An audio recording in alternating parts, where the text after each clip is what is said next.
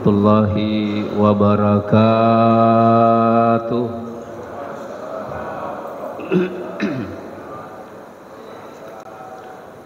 Bismillah, alhamdulillah allazi an'amana bi ni'matil imani wal islam. Wassalatu wassalamu ala sayyidina Muhammadin khairil anam wa ala alihi wa ashabihil kiram washkuruhu ala ma hadakum lil islam.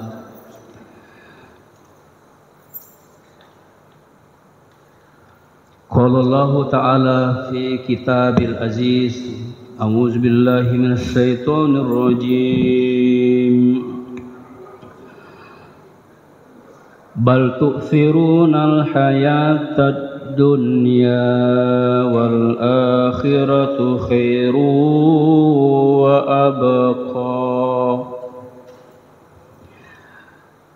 Tidak sedikit orang mengutamakan kehidupan dunia, wal akhiratu khairu wa abqa,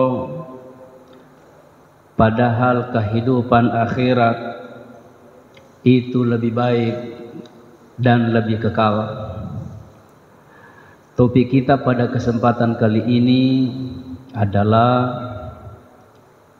dunia. Inilah yang akan kita kupas kurang lebih 10 menit ke depan. Sekarang kita berada di fase yang ketiga.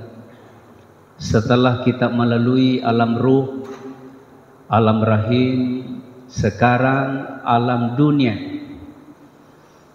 Setelah itu alam barzakh dan alam akhirat.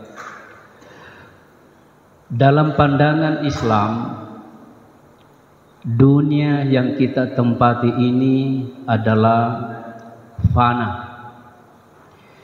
Dunia yang fana itu artinya fana adalah sesuatu yang akan hancur suatu saat, binasa. Dunia ini akan musnah apabila sudah waktunya.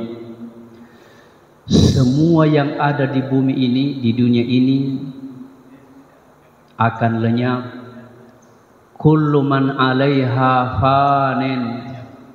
Semua yang ada di dunia ini akan hancur lebur. Wa yabqa wajhu rabbika dzul jalali wal ikram, kecuali Tuhanmu yang memiliki kebesaran dan kemuliaan. Dunia ini yang kita tempati hanyalah persinggahan. Perumpamaan dunia ini adalah seorang asing atau seorang musafir yang berkelana. Begitu berjalan, tiba-tiba singgah di suatu tempat atau berteduh di bawahnya sebuah pohon. Berteduh di bawah pohon itu sekaligus menyiapkan bekal untuk melanjutkan perjalanan nun jauh ke depan.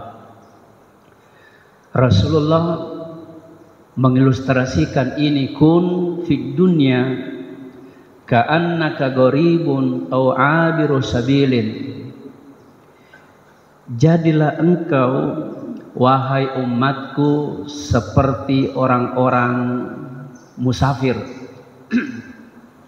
yaitu setiap orang yang musafir hendaknya menyiapkan bekal secukupnya.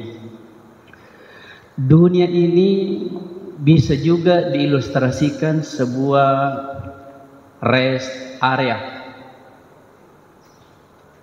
Saya sering kalau pulang dari kampung saya di Sidrap, sebuah kampung terpencil namanya Puncak Bilah.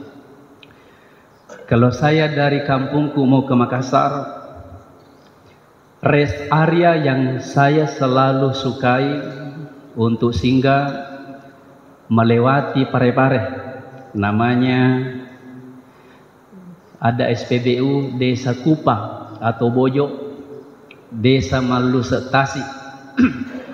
Kenapa saya suka di situ? Karena ada SPBU dan lapangan parkir luas.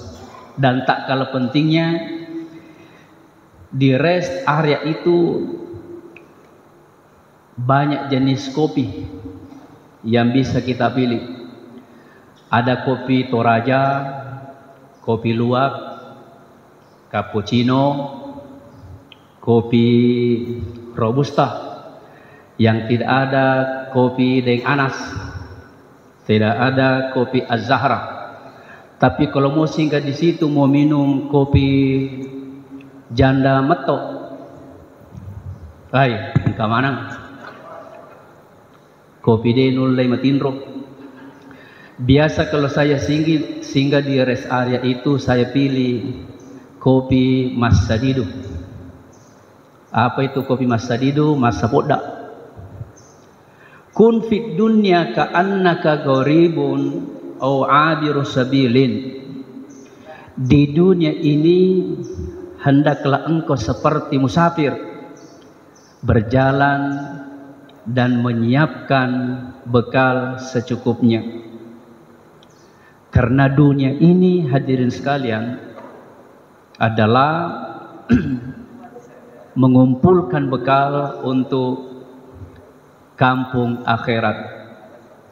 Dunia inilah sebagai penentu. Jadi kita di sini menanam manzar hasadah.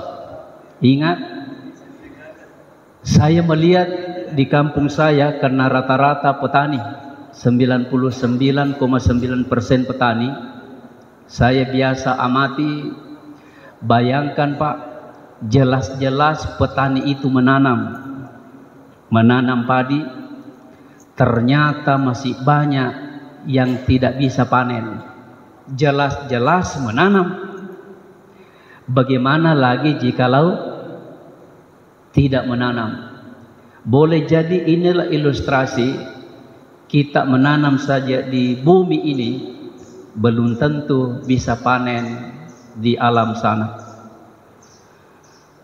Dunia ini, hadirin sekalian, tidak ada nilainya, kata Nabi. Namanya saja dunia, sesuatu yang terhina. Makanya Rasulullah Shallallahu Alaihi Wasallam suatu kali, Bapak sekalian, pernah melewati sebuah pasar. Kita tahu pasar itu tentunya banyak orang. Kebetulan di sudut pasar itu ada tempat sampah, dan disitulah banyak sampah dibuang. Dan Rasulullah menemukan seekor bangkai kambing yang telinganya cacat, tetapi sudah bangkai. Akhirnya Rasulullah Shallallahu Alaihi Wasallam mengambil seekor bangkai kambing itu, diangkatnya itu telinganya. Agak jasan aku, ya, telinganya yang dijadikan sebagai nawicang. Lalu beliau datang kepada rombongan itu. Mau nggak engkau beli 1 dirham bangkai ini? Hampir saja semua orang-orang sekitar itu berkata, siapa yang mau terhadap bangkai itu? Rasulullah memberikan perumpamaan bahwa jikalau engkau tidak mau terhadap bangkai ini, tentunya dunia lebih berharga kambing ini ketimbang dunia ini. Kambing ini masih ada harganya. Kulitnya bisa jadi dompet, kulitnya bisa jadi sabuk, tetapi dunia ini tidak ada nilainya. Dunia ini hadirin sekalian adalah surganya orang tidak beriman, surganya orang kafir.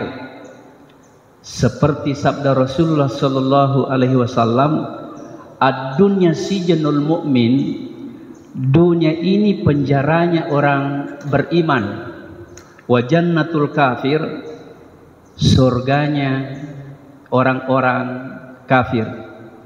Kenapa bisa penjaranya orang beriman, justru surganya orang-orang kafir? Masya Allah, indah sekali perumpamaan Rasulullah sallallahu alaihi wasallam. Jikalau surganya orang kafir ini di dunia ini adalah segala sesuatu baginya adalah halal, tidak mengenal namanya haram,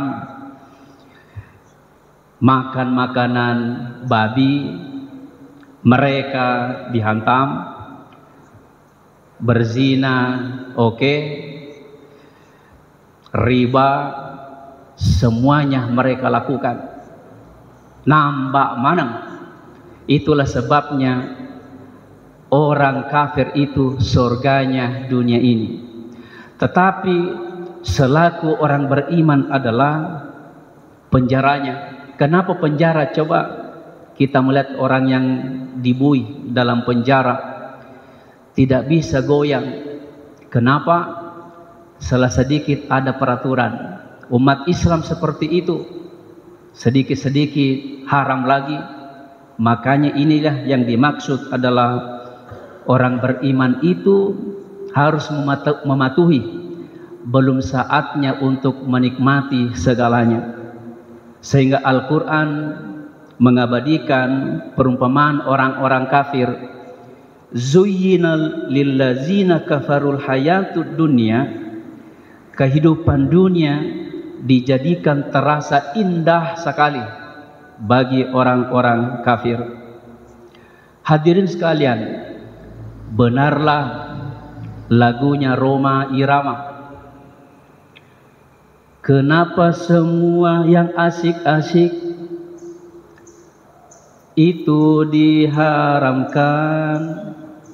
Coba, artinya semua yang indah-indah, yang asik-asik, yaitu dilarang. Semua yang nikmat-nikmat itu belum saatnya orang Islam menikmatinya. Tetapi nanti pindah alam barulah menikmati. Suatu hari, suatu malam, Rasulullah sallallahu alaihi wasallam kedatangan Ibnu Mas'ud.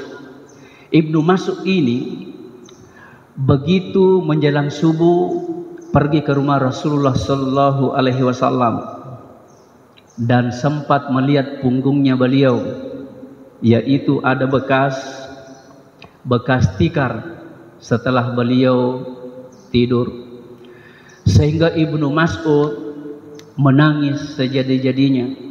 Ya Rasulullah, setelah melihat tikar bukan kasur empuk, mau enggak engkau ya Rasulullah, saya hadirkan kasur empuk untukmu supaya punggungmu tidak berbekas.